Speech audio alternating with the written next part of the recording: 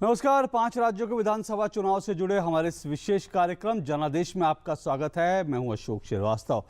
तो आज हमारा खास तौर से जो फोकस रहेगा वो फोकस हमारा पश्चिम बंगाल पर रहेगा। शुरुआत हम पश्चिम बंगाल से करेंगे, बाद में आपको केरल और तमिलनाडु की भी स्टोरीज दिखाएंगे, वहां की भी बात करेंगे। लेकिन जैसा मैंने कहा कि फोकस पश्चिम बंगाल होगा। पश्चिम बंगाल में हमने देखा कि कल वहां पर तीसरे चरण का मतदान हुआ था। 62 सीटों पर तीसरे चरण का मतदान हुआ था। और इस मतदान की खास बात ये नहीं थी कि वहां पर हैवी पोलिंग मतदान जो है अच्छा हुआ है, बल्कि जो खास बात फोकस में रही, जिस पे सबकी चर्चा हुई, वो बड़ी बात ये रही कि वहां पर चुनाव के दौर में हिंसा हुई। और पहली जो मौत है चुनावी, जिसको मौत कहते हैं, चुनावी हिंसा के कारण एक पहली मृत्यु कल हुई सीपीएम के एक कार्यकर्ता की। सीपीएम ने आरोप लगाया कि तृणमूल कांग्रेस के लोगों ने सीपीएम कार्यकर्ता की जान ली। तो पश्चिम बंगाल में इस तरह से जो चुनावी हिंसा कल हुई, उसको लेकर चुनाव आयोग भी बेहद चिंतित है। आज चुनाव आयोग ने फुल बेंच की अपनी एक वीडियो कॉन्फ्रेंसिंग की चुनाव अधिकारियों के साथ। और जैसा मैंने कहा कि फोकस अब जाहिर तौर पे अगले चरण पर है। और अगले चरण से पहले चुनाव आयोग ने महत्वपूर्ण कदम उठाए, क्योंकि लगातार ऐसी शिकायतें आ रही थी। चुनावी हिंसा तो हुई, इसके अलावा लगातार शिकायतें आ रही थी कि वहाँ के अधिकारी जो हैं वो मिलीभगत है उनकी। इस तरह के आरोप विपक्षी पार्टियां लगा रही थी। कई भाजपा की तरफ से ये आरोप लगाए गए कि भाजपा के कई कार्यकर्ताओं को, कई बूथ के में जो कार्यकर्ता थे, उनको वहां पर बैठने नहीं दिया गया। इस तरह की शिकायतें भी थी। तो इन सब चीज़ों को देखते हुए चुनाव आयोग ने जो अगला चरण है 24 परगना में, उससे पहले 2 अधिकारियों को आज बदल दिया। ये भी महत्वपूर्ण बात रही। इन सब पर बात करेंगे, लेकिन उससे पहले हम एक रिपोर्ट है पश्चिम बंगाल पर, उस रिपोर्ट को देख लेते हैं। कांग्रेस और लेफ्ट की दोस्ती पश्चिम बंगाल चुनाव में टीएमसी के लिए बड़ी चुनौती बनी हुई है। 2014 लोकसभा चुनाव परिणामों के आधार पर इन दोनों के कुल वोट पहले 3 चरणों की कई सीटों पर टीएमसी से आगे थे। लेकिन चौथे फेज में नॉर्थ 24 परगना की 33 और हावड़ा की 16 सीटों में सिर्फ टीएमसी का दबदबा दिखाई देता है। 2011 विधानसभा चुनाव में इन 49 में से टीएमसी को 43 सीटों में जीत हासिल हुई थी और उसके साथ लड़ी कांग्रेस ने 2 सीटें जीती थीं। लेफ्ट को यहां केवल 4 सीटों में सफलता मिली थी। वहीं भाजपा का यहां भी खाता नहीं खुला था। ममता दीदी ने 2014 लोकसभा चुनाव में यहां अपना दबदबा बनाए रखा और 44 सीटों में बढ़त पाई। लेकिन भाजपा ने तब यहां लेफ्ट को पीछे छोड़ते हुए 3 सीटों पर बढ़त पाई। लेफ्ट को महज 2 सीटों में बढ़त मिली और कांग्रेस किसी भी सीट में आगे नहीं निकल पाई।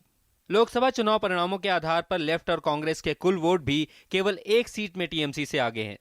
बसीरहाट उत्तर में टीएमसी ने सबसे ज्यादा 69,117 वोट पाए थे, लेकिन कांग्रेस और सीपीआई के कुल वोट टीएमसी से ज्यादा हैं। इन आंकड़ों से साफ है कि इन 49 सीटों में टीएमसी बहुत मजबूत है और लेफ्ट और कांग्रेस को इस किले में सेंध लगानी है तो उन्हें किसी चमत्कार की दरकार होगी। वहीं प्रधानमंत्री मोदी की रैलियों के बाद भाजपा में भी जोश है और पार्टी चाहेगी कि वो लोकसभा चुनाव के प्रदर्शन को इन सीटों में और भी बेहतर करे। प्रथम द्विवेदी, डीडी न्यूज। तो ये हमारी रिपोर्ट थी चौथे फेज में क्या कुछ होने वाला है। कल हम आपको बता दें कि कल चौथे फेज की चुनाव प्रचार का आखिरी दिन है। सोमवार को यानी 25 तारीख को वहां वोट डाले जाएंगे। हमारे 2 संवाददाता पश्चिम बंगाल की राजनीति पर, वहां के चुनाव पर नजर रखे हुए हैं। कुमार आलोक है हमारे संवाददाता और साथ साथ अश्विनी मिश्रा, ये दोनों हमारे साथ जुड़ रहे हैं सीधे। इन दोनों के पास चलते हैं। अश्विनी, पहले मैं आपके पास आता हूं, क्योंकि मुर्शिदाबाद में जो है चुनावी हिंसा, ये जो मुर्शिदाबाद का जो दमकल जो जगह है, यहां पर एक व्यक्ति की मौत हुई। और जाहिर तौर पर कल के चुनाव में देखें तो इस तरह से चुनावी हिंसा को तमाम कोशिशों के बाद भी चुनाव आयोग उसको रोक नहीं पाया। क्या वजह देखते हैं आप? जी, निश्चित तौर पर अशोक, ये बढ़ी हुई जो मानसिकता है सत्ता पक्ष की और जो राजनीतिक प्रतिद्वंदिता है, वो बढ़कर चढ़कर चुनाव के दिन आती है। और चुनाव के दौरान हिंसा हुई, एक व्यक्ति की मौत हुई। लेकिन चुनाव के बाद जब केंद्रीय कंपनियां वापस चली जाती हैं और लोग अपनी किस्मत पर राज्य पुलिस के हवाले छोड़ दिए जाते हैं, तो उसके बाद हिंसा, मतदान के बाद होने वाली हिंसा और ज़्यादा चिंताजनक है। और ये आज वर्धमान में कल देर रात जो है हमला हुआ, बम से हमले में कथित रूप से बताया जा रहा है कि सीपीएम के 2 कार्यकर्ताओं की मौत होगी और 20 से ज्यादा घायल हुए। तो चुनाव पूर्व हिंसा, चुनाव के दौरान हिंसा की चर्चा होती है, चुनाव बाद की हिंसा जो होती है वो कहीं खबरों में उतनी नहीं आ पाती। और जमकर हिंसा मालदा में हुई, चिंता दोनों तरह की, तीसरे चरण में आसपास भी हुई। जी, चिंता दोनों तरह की हिंसाओं की है। और आलोक के पास चलते हैं। आलोक, आप क्योंकि कोलकाता के आसपास की सीटों पर लगातार नजर रखे हुए थे, वहां पर इस तरह की चुनावी हिंसा की खबरें तो नहीं आई, लेकिन वहां पर वोट प्रतिशत कम हुआ क्योंकि खबरें आ रही थी वहां पे लगातार वोटर्स को डराने धमकाने की बात आ रही थी कि वहां पे वोटर्स को डराया धमकाया जा रहा है, जिसके कारण क्या ये कारण देखते हैं आप जिसके कारण वोटिंग प्रतिशत यहां पे थोड़ा सा कम रहा अपेक्षाकृत?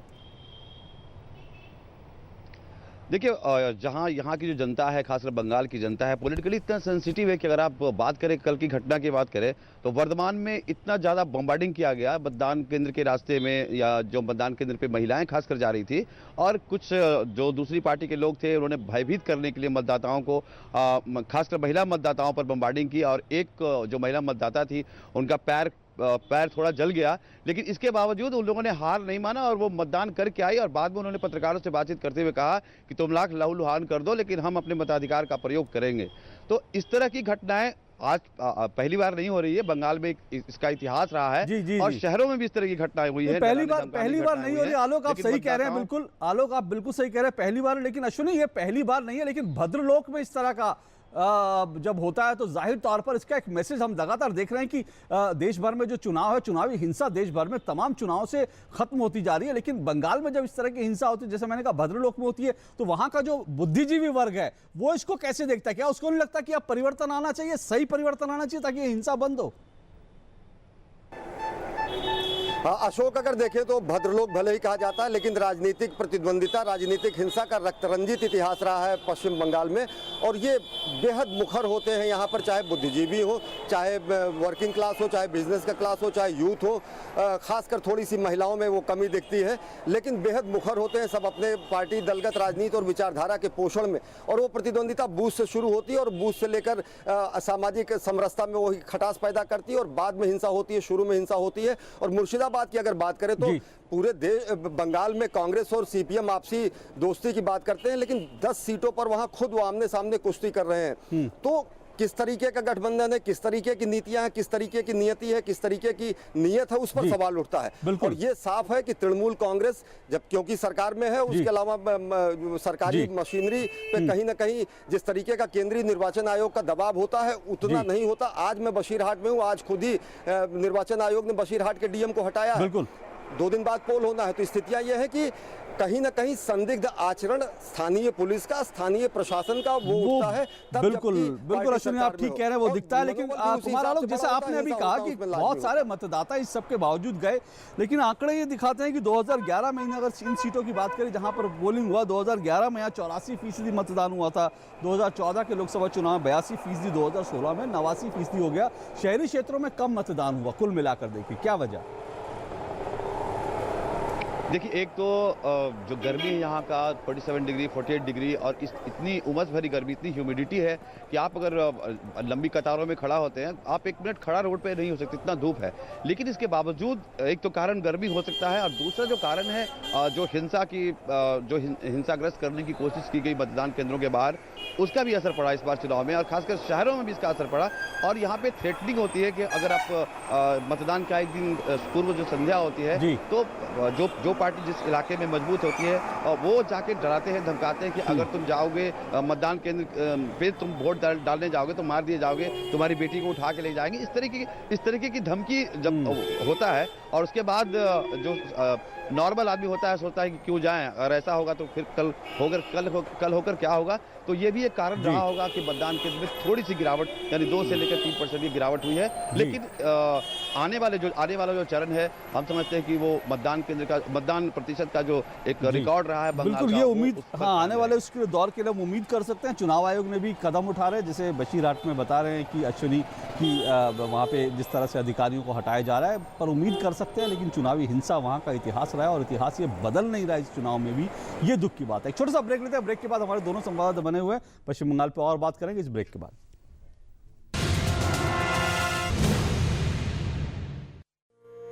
सूखा हो या बेमौसम की बरखा हो, कीड़ा लगे खेत में या दुविधा हो, बहुत ही कम प्रीमियम पे पूरी हो भरपाई, फसल बीमित रहे कटाई के बाद भी भाई। हाँ, ऋणी या अऋणी अब हर किसान लाभ उठाए, एक मौसम एक दर है, सब किसान बीमा कराए, प्रधानमंत्री फसल बीमा योजना से हर किसान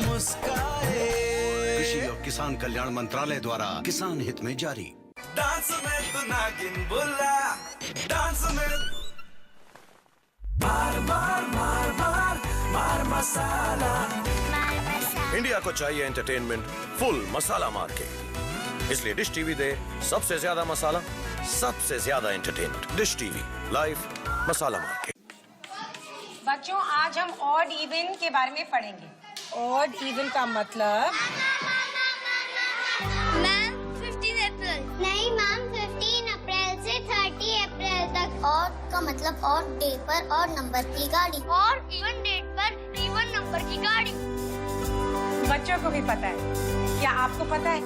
दिल्ली में 15 से 30 अप्रैल तक लागू है ऑड इवन, ताकि प्रदूषण और ट्रैफिक जैम से मिले दिल्ली को राहत। सुनो सुनो किसान भाइयों, सुनो सुनो, ओ सुनो सुनो किसान भाइयों, सुनो सुनो,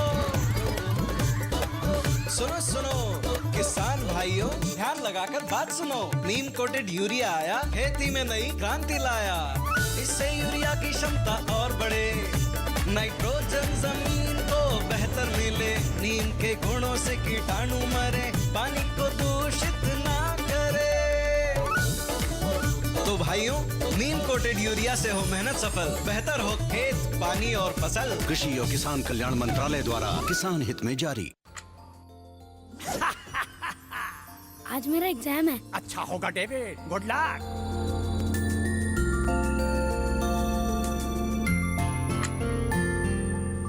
आज रिजल्ट आएगा। Best of luck. इस बार क्लास में फर्स्ट आया है डेविड और सेकंड आई है रिया, थर्ड है असलम। कांग्रेस। पर अब क्या हुआ डेविड? मुझे आगे पढ़ना है, पर पापा कहते हैं पैसे नहीं है। पैसे नहीं है, वो देखो। Pre matric scholarship scheme. Pre matric scholarship अल्पसंख्यक समुदाय के उन बच्चों के लिए है जिनकी सालाना पारिवारिक आय 1 लाख रुपए से कम है और जिन्होंने पिछली कक्षाओं में 50% अंक प्राप्त किए हैं, और लड़कियों के लिए 30% स्कॉलरशिप निर्धारित है।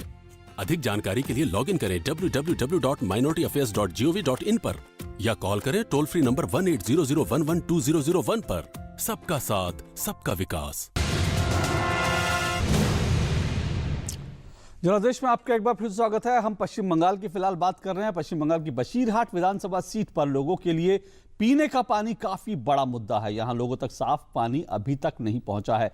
पाइपलाइनें हैं लेकिन इनमें पानी नहीं है। ऐसे में तालाब के पानी ही पीने के से लेकर घर के बाकी कामों में इस्तेमाल हो रहा है। माँ माटी और मानुष की बात कर परिवर्तन का नारा देकर सत्तासीन हुई ममता दी की सरकार में कितना परिवर्तन हुआ है, ये तस्वीर खुद बयां करती है। ये हालात खुद बयां करते हैं कि बशीरहाट दशकों से जो पानी की समस्या से जूझ रहा है, माताएं बहनें अमानवीय स्थिति में, अमानुषिक स्थिति में यहाँ पर रहने के लिए मजबूर हैं। दैनिक जीवन के दैनंदिन के जो काम है उन पे मजबूर हैं और साथ ही साथ बेहद अमानवीय स्थिति में यहाँ पर जीवन जीने के लिए मजबूर हैं।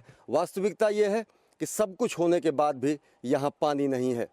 शायद पूर्ववर्ती सरकारों की आंखों का पानी मर चुका है, ये तस्वीरें तो यही कहती हैं। हम बात करेंगे यहाँ पर मौजूद यहाँ इस मोहल्ले में रहने वाले लोगों से। आप ये बताएं कि पानी की यहाँ कितनी बड़ी दिक्कत है? पानी का तो बहुत दिक्कत है भाई, पानी तो ठीक से आता नहीं है। थोड़ा बहुत है पानी का लाइन, लेकिन आदमी का जितना जरूरत है उतना पानी भी नहीं मिलता है। हमारे पाइप लाइन আছে কিন্তু জল নেই। জলের সমস্যা আমাদের সবারই আছে, প্রত্যেকটা মানুষেরই আমাদের সমস্যা জলের। আমরা জল অভাবে অনেক দূরে জল যেতে হয়। 2-4 तालाब है और जो तालाब रहता है पहले से था, मगर वो सब बंद किया जा रहा है। लेकिन यहाँ पर जो म्यूनिसिपैलिटी है वो नहीं देख रहा था। और जो तालाब का जो पानी है वो पानी कहीं भी बर्तन मांजने के लिए भी व्यवहार कर रहा हो कि यानी कि जो नहाने के लिए भी वही पानी हम लोगों को व्यवहार करना नहीं चाहिए, मगर हम लोगों का करना पड़ता है। We have lot of problem regarding drinking water. This is the only pond from where we can take water for bathing, washing, but not drinking. ये बशीरहाट की इच्छामती नदी है जहां पर रोज अरबों करोड़ों किलोलीटर पानी अथाह समंदर में जाके मिल जाता है। सवाल उठता है कि क्या एक छोटा सा वाटर ट्रीटमेंट प्लांट लगाकर लाखों लोगों की प्यास नहीं बुझाई जा सकती? तकरीबन 9 से 10 गांव की आबादी इन 2 हैंडपंप पर निर्भर करती है। हालात ऐसे हैं कि आंख में पानी आ जाए, हालात ऐसे हैं कि शर्म से आदमी पानी पानी हो जाए। समस्या ऐसी लगती है कि लगता है पानी अब सर से ऊपर बह रहा है। वजह इसकी यह है कि राजनीतिक दलों की आंख का पानी मर चुका है। कैमरा पर्सन एन लक्ष्मीकांत के साथ अश्विनी कुमार मिश्र, डीडी न्यूज़, बशीरहाट।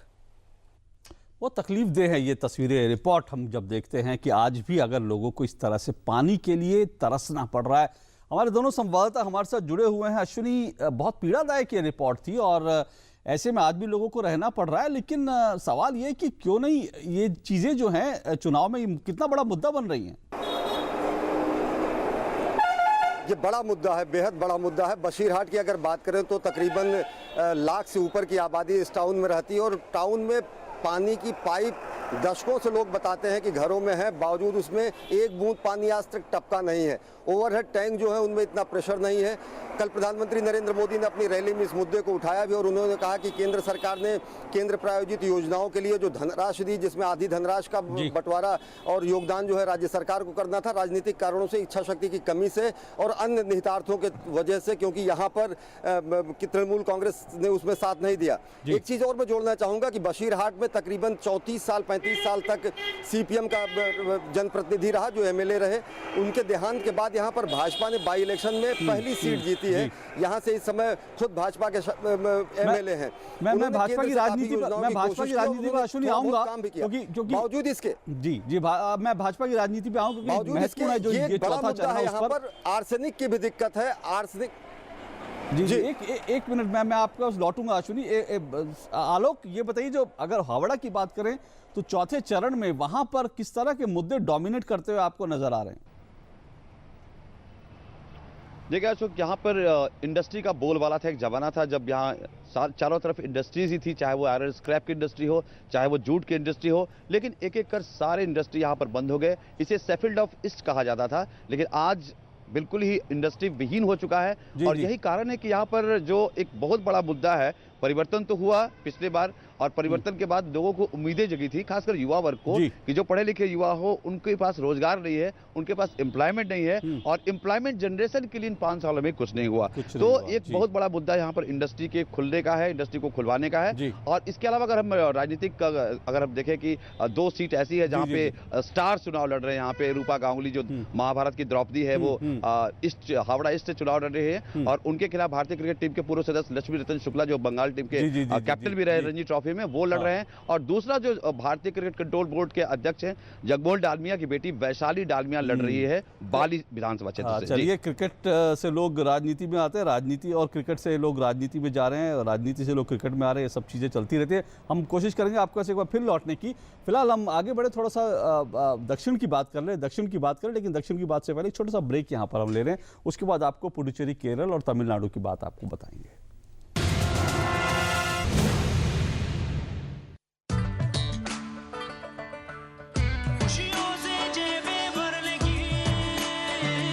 अब सिर्फ 31,000 रुपए में खुशियां घर लाइए। बजाज CT 100, खुशियों का जैकपॉट। अरे मेला है, हाँ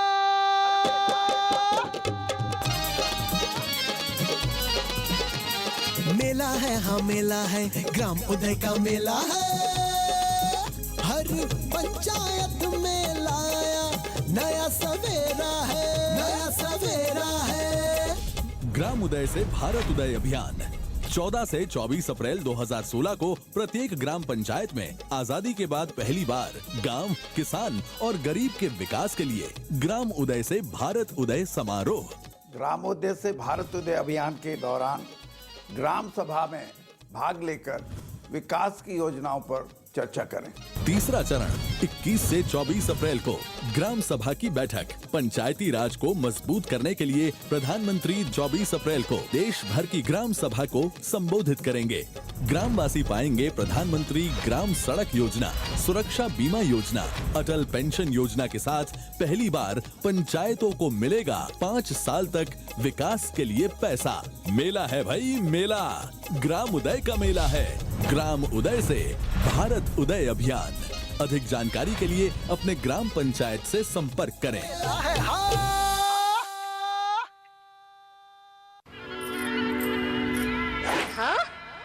चौक लगा ले गाना आइटम वाला, ये मार मार मार मार मार मसाला। इंडिया को चाहिए एंटरटेनमेंट फुल मसाला मार के, इसलिए डिश टीवी दे सबसे ज्यादा मसाला, सबसे ज्यादा एंटरटेनमेंट। डिश टीवी लाइव मसाला मार के। सुनो सुनो किसान भाइयों, सुनो सुनो, ओ सुनो सुनो किसान भाइयों, सुनो सुनो, सुनो सुनो किसान भाइयों, ध्यान लगाकर बात सुनो। नीम कोटेड यूरिया आया, खेती में नई क्रांति लाया। इससे यूरिया की क्षमता और बढ़े, नाइट्रोजन जमीन को बेहतर मिले, नीम के गुणों से कीटाणु मरे, पानी को दूषित ना करे। तो भाइयों, नीम कोटेड यूरिया से हो मेहनत सफल, बेहतर हो खेत, पानी और फसल। कृषि और किसान कल्याण मंत्रालय द्वारा किसान हित में जारी। प्रियंका भारती, हाँ। ए शारदा, विमल, हरिया, सब इधर आओ।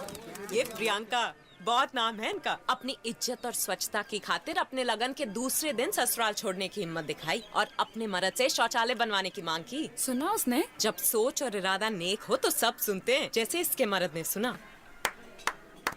स्वच्छ भारत मिशन, एक कदम स्वच्छता की ओर। आप भी अपने घर में शौचालय बनवाएं और इस्तेमाल करें। जहाँ सोच वहाँ शौचालय। जनादेश में आपका एक बार फिर स्वागत है और अब बात दक्षिण के राज्यों की करते हैं। चुनाव आयोग ने पुडुचेरी, केरल और तमिलनाडु में विधानसभा चुनाव के लिए आज अधिसूचना जारी की। पुडुचेरी विधानसभा की 30 सीटों के लिए राज्य में तकरीबन 9 लाख मतदाता हैं। केरल की 140 सीटों के लिए 2.5 करोड़ मतदाता अपने मताधिकार का प्रयोग करेंगे। वहीं तमिलनाडु की 234 सीटों के लिए 5.6 करोड़ मतदाता उम्मीदवारों के भाग्य का फैसला करेंगे। इन राज्यों में नामांकन 29 अप्रैल तक भरे जा सकेंगे। नाम वापस लेने की अंतिम तारीख 2 मई है। और केरल की एक विधानसभा सीट है मलमपुजा और यहीं से चुनाव लड़ते हैं माकपा के नेता अच्युतानंदन। पिछली 3 बार से ये सीट एलडीएफ के खाते में रही, लेकिन लोगों के बीच प्रत्याशी अच्युतानंदन का प्रचार नहीं करना लोगों में चर्चा का विषय रहा है। यूडीएफ और भाजपा की बढ़ती चुनौती के बीच मलमपुजा सहित राज्य में अच्युतानंदन ने चुनाव प्रचार की कमान संभाल ली है। केरल की राजनीति में वीएस अच्युतानंदन चुनावी प्रचार में उतर चुके हैं। एलडीएफ की उम्मीद और राज्य की राजनीति में रसूख रखने वाले नेता अच्युतानंदन 93 वर्ष की उम्र में जोश के साथ चुनावी मैदान में उतरे हैं। अब जब वीएस अच्युतानंदन ने कमान संभाली है तो जाहिर सी बात है कि एलडीएफ खेमे का जोश बढ़ गया है। गौरतलब है कि पिछले 2 चुनाव में अच्युतानंदन ने राज्य में काफी कम प्रचार किया था। खुद मलमपुजा से चुनावी मैदान में किस्मत आजमा रहे अच्युतानंदन के सामने यूडीएफ को पटखनी देने की चुनौती है। उम्मीदवार के तौर पर सामने यूडीएफ के वीएस जॉय हैं। यूं तो मलमपुजा से पिछले 3 बार से एलडीएफ के खाते में जीत दर्ज हुई है और इसे माकपा का गढ़ भी माना जाता है, लेकिन भाजपा उम्मीदवार सी कृष्ण कुमार और यूडीएफ की चुनौती और विपक्ष के हमले के मद्देनजर अच्युतानंदन ने खुद ही कमान संभाल ली है। रश्मि रोजा के साथ ब्यूरो रिपोर्ट्स, डीडी न्यूज। और तमिलनाडु की राजनीति में सिनेमाई स्टार की दखलंदाजी काफ़ी हम देखते हैं कि वहाँ पर होती है। सबसे ज़्यादा विधानसभा सीटों वाले दक्षिणी राज्य तमिलनाडु में फिल्मी सितारों से सजी यहाँ की राजनीति का अंदाज दक्षिण भारतीय फिल्मों से कहीं से भी कम नहीं है। यहाँ ड्रामा है, एक्शन और सस्पेंस तो है ही, ऐसा जनता हर बार बदलाव की बात देखती रहती है। तमिलनाडु की सियासत पर पिछले 5 दशकों से सिने स्टार का कब्जा रहा है। फिल्म जगत ने तमिलनाडु को सीएन अन्नादुरई, एम करुणानिधि, एमजी रामचंद्रन, जानकी रामचंद्रन और जे जयललिता के रूप में 5 मुख्यमंत्री दिए हैं।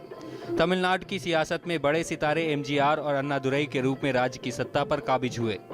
तब करुणानिधि ने उनकी ख्याति का इस्तेमाल राजनीतिक सत्ता पर कब्जा जमाने के लिए किया, लेकिन करुणानिधि और एमजीआर के बीच तनातनी के बाद एमजीआर ने 1972 में नई पार्टी AIADMK बनाई और 1977 में डीएमके को सत्ता से बाहर का रास्ता दिखा दिया और 1987 तक उनका ही सिक्का तमिलनाडु की सियासत पर प्रभावी रहा।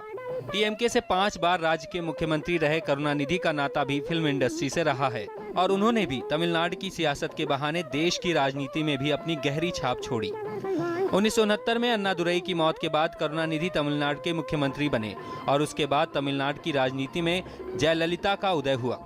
1991 में जयललिता के रूप में AIADMK को नया नेतृत्व प्राप्त हुआ और तब से लेकर आज तक उनका कद लगातार बढ़ता ही गया है। वो 3 बार सत्ता पर काबिज हो चुकी हैं। प्रशंसकों के बीच अम्मा के नाम से भी जानी जाती हैं। AIADMK सुप्रीमो और मुख्यमंत्री जयललिता दक्षिण की सुपरस्टार रही हैं और DMK के प्रमुख विजयकांत भी 1990 के दशक से बड़े कलाकार रहे हैं और अब उसी राह पर साउथ के सुपरस्टार विजयकांत भी निकल पड़े हैं। उन्होंने 2005 में अपनी नई पार्टी DMDK बनाई और अपने आप को AIADMK और DMK के विकल्प के रूप में खड़ा कर लिया। वो PWF के मुख्यमंत्री पद के उम्मीदवार हैं। कुल मिलाकर तमिलनाडु की सियासत फिल्म सितारों के इर्द गिर्द रही है और इस बार जयललिता, करुणानिधि और विजयकांत मुख्यमंत्री पद के लिए आमने सामने हैं। Bureau report, DD news. सितारों से सजी है तमिलनाडु की राजनीति, चुनावी राजनीति। अब देखते हैं चुनावी खबरों का टॉप 10। तमिलनाडु, केरल और पुडुचेरी में 16 मई को होने वाले चुनाव के लिए नामांकन प्रक्रिया आज से शुरू हो गई। नामांकन की अंतिम तारीख 29 अप्रैल है। केरल भाजपा अध्यक्ष राजशेखरन ने वट्टैयर काबू विधानसभा सीट से नामांकन दाखिल किया। केरल में 16 मई को विधानसभा चुनाव होने हैं। पश्चिम बंगाल के खंडघोष विधानसभा सीट के लोधरा में माकपा के 2 कार्यकर्ताओं की हत्या कर दी गई। तृणमूल कांग्रेस के कार्यकर्ताओं पर कथित तौर पर हत्या का आरोप है। पश्चिम बंगाल विधानसभा के चौथे चरण से पहले चुनाव आयोग ने दक्षिण 24 परगना के जिलाधिकारी PV सलीम और उत्तर 24 परगना के पुलिस अधीक्षक तन्मय रॉय चौधरी को हटा दिया है। आयोग ने विपक्षी दलों की शिकायत पर यह कदम उठाया। तमिल मंडला कांग्रेस ने तमिलनाडु विधानसभा चुनाव के लिए अपना घोषणा पत्र जारी कर दिया है। पार्टी ने सत्ता में आने के बाद राज्य में पूर्ण शराबबंदी का वादा किया है। गौरतलब है कि तमिल मंडला कांग्रेस PWF बैनर तले भी चुनाव लड़ रही है। वरिष्ठ DMK नेता और पूर्व मंत्री TPM मैदानी खान ने पलईकोट्टई विधानसभा चुनाव से नामांकन दाखिल किया है। मैदानी इस सीट से लगातार 3 बार चुनाव जीत चुके हैं। वरिष्ठ माकपा नेता VS अच्युतानंद ने साफ किया कि केरल में शराब से जुड़ी नीति को लेकर LDF के रुख में कोई भी भ्रम की स्थिति नहीं है। उन्होंने कहा कि विधानसभा चुनाव में गठबंधन के जीतने के बाद राज्य में एक भी नया बार नहीं खोला जाएगा। तमिलनाडु के जाने माने दलित नेता जॉन पंडियन के नेतृत्व में TMMK ने अकेले ही चुनाव मैदान में उतरने का फैसला किया है। आगामी विधानसभा चुनाव में TMMK 52 सीटों पर अपने उम्मीदवार उतारेगी। ट्रांसजेंडर के बारे में जागरूकता लाने के लिए सामाजिक कार्यकर्ता गोपी शंकर ने भी चुनाव मैदान में उतरने का फैसला किया है। गोपी शंकर मदुरई उत्तर विधानसभा सीट से MMK के प्रत्याशी के तौर पर चुनाव लड़ेंगे। केरल में भारतीय जनता युवा मोर्चा केरल विधानसभा चुनाव के दौरान पूरे राज्य में समारंभ का आयोजन करेगा। अभियान का मकसद राज्य भर में फैले भाजपा कार्यकर्ताओं को एक साथ लाना है।